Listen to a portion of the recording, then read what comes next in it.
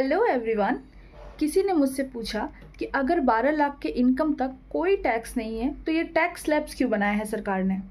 ये 4 लाख तक नील, 4 लाख टू 8 लाख तक 5%, 8 लाख टू 12 लाख तक 10%, ये टैक्स स्लैब्स क्यों है। तो चलिए आज हम लोग उसी के बारे में डिटेल में डिस्कस करेंगे with example. Basically there are 2 types of regime, new tax regime and old tax regime. तो आज हम लोग का पूरा डिस्कशन न्यू टैक्स रिजाइम पर है। ओल्ड लॉ जो था, जो आपका प्रीवियस लॉ था इनकम टैक्स एक्ट 1961, उसमें जो न्यू टैक्स रिजाइम का जो सेक्शन था 115 BAC था, और जो नया लॉ है 2025 उसमें आपका न्यू टैक्स रिजाइम का सेक्शन है 202। तो for the financial year 2025-26 and for the tax year 2026-27 आपकी न्यू टैक्स रिजाइम के स्लैब रेट्स में कोई चेंजेस नहीं है।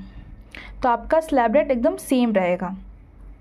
अप टू 4 लाख तक 0%, 4 लाख टू 8 लाख तक 5%, 8 लाख तक 8 लाख 12 लाख तक 10%, 12 लाख टू 16 तक 15, 16 टू 20 20%, 20 टू 24 25%, अबव 24 30%। तो क्वेश्चन तो ये उठता है कि अगर 12 लाख की इनकम तक कोई टैक्स ही नहीं है तो हमको ये स्लैब रेट क्यों दिए गए हैं। हमको क्या ये 5%, ये 10% के हमको टैक्स जमा देना पड़ेगा।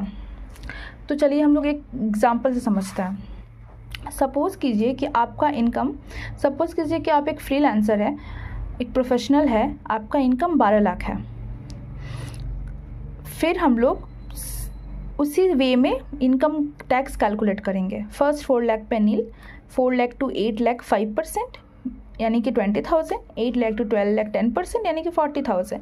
आपका जो टोटल टैक्स बनता है वो बनता है 60,000।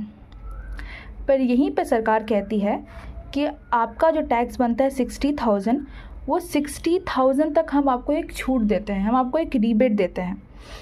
तो ये जो टैक्स हम लोग कैलकुलेट करेंगे 60,000, उसके नीचे ही हम लोग ये दिखाएंगे लेस रिबेट अंडर सेक्शन 156, जो कि नया टैक्स लॉ में हो गया है 156 सेक्शन, और जो ओल्ड टैक्स लॉ में जो सेक्शन था वो 87A था। तो जो 60,000 जो था 60,000 से सब्सट्रैक्ट होगा, नील आ जाएगा टैक्स लायबिलिटी।